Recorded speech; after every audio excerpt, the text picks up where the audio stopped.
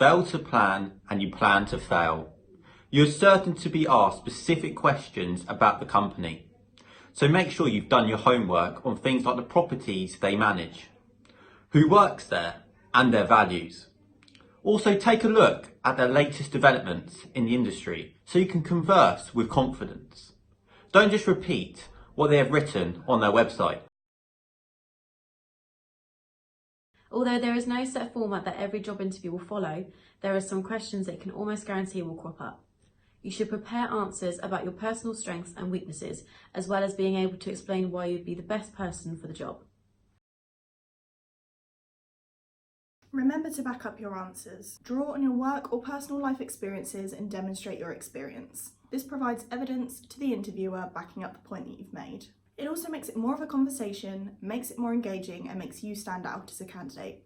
For example, if you're saying you're an organised person that has implemented new ways of working to increase efficiency, talk about what it actually is that you've implemented. If you're saying you have experience in managing large-scale major works projects, discuss one of those projects with the hiring manager, not only to give detail, but to showcase your experience. Appearances shouldn't matter for interviews, but the fact is they do. You're often judged before you've even said a word.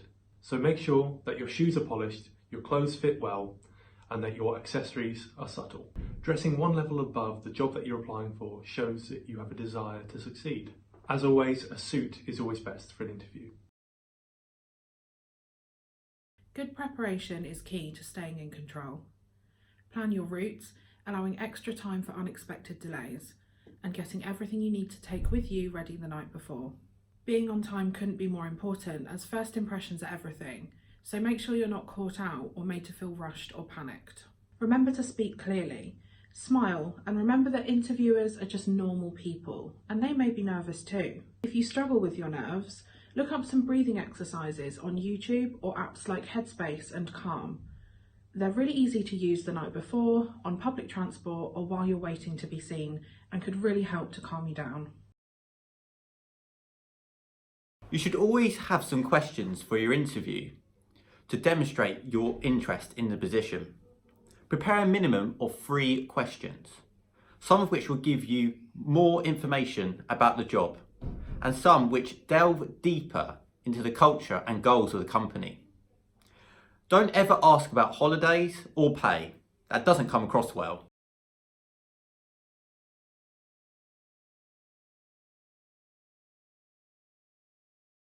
This is usually the opening question, and as first impressions is key, one of the most important. Keep your answer to less than 5 minutes, beginning with an overview of your highest qualification, then running through the jobs you've held so far in your career. You can follow the same structure of your CV, giving examples of achievements and the skills you've picked up along the way. Don't go into too much detail. Your interviewer will probably take notes and ask for you to expand on any areas where they'd like more information. Here, the interviewer is trying to find out why it is that you are looking for a new position. They may ask you straight up, or they may ask this in a different way, so be prepared to answer. Try to stay away from putting your last role and company down. Instead, answer with a positive and show willing. You might be looking because you want to take the next step in your career in a role with autonomy. You might want to increase your skill set and build with regards to professional growth. It might even be because you're spending hours upon hours commuting and this role is closer to home. Whatever your reason for looking for a new role, be sure to cast it in a positive light. Pick the 3 biggest strengths that you think will get you the job, and then give examples of how you've used these in a work situation. If you're not sure where to start, take a look at their job description. This will give you an idea of what they're going to be looking for. Any candidate can read and regurgitate the company's About Us page from their website. So when interviewers ask this, they aren't necessarily trying to gauge whether you understand their mission. They want to know whether you care about it or not. Start with one line that shows that you understand the company's goals, using a couple of keywords or phrases from the website, then go on to make it personal. Say, I'm personally drawn to this mission because, or I really believe in this approach because, and share a personal example or 2 from your values and experiences. Look on LinkedIn to see who else works for the company, as well as those who are interviewing you. Look at their profiles and their career history. This will give you a better understanding of what they're looking for in new team members and what their culture may be like. The interviewer is listening for an answer that indicates you've given this some thought. If you've prepared for the interview properly, you should have a good inside knowledge of the company's values, mission statement, development plans, and products. Use this information to describe how your goals and ambitions matches their company ethos and how you would relish the opportunity to work for them. They don't want to think you just want a pay rise or just need a job.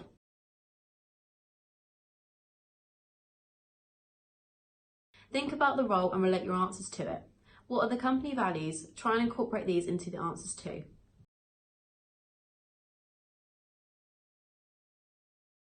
Be honest, but relate your answer to their work culture and environment where possible. Being at interview stage, you should be in a position where your requirements and what you're looking for in terms of environment matches that of the company. If you're saying that you thrive best in a busy, fast-paced environment, then ensure that matches with the company that you're interviewing with.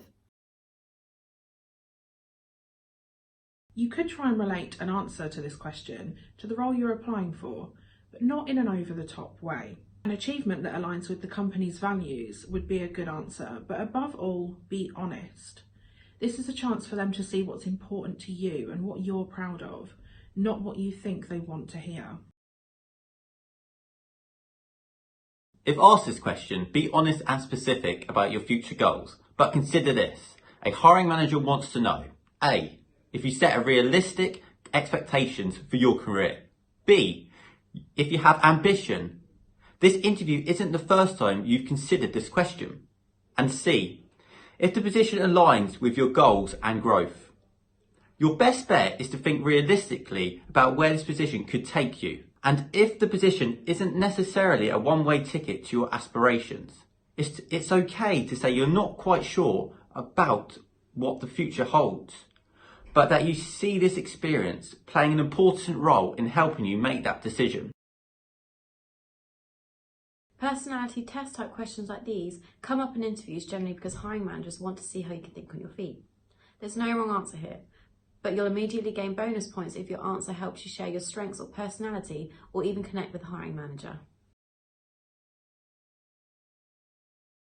This question seems forward and not to mention intimidating, but if you're asked it, you're in luck. There's no better setup for you to sell your skills and experience to the hiring manager.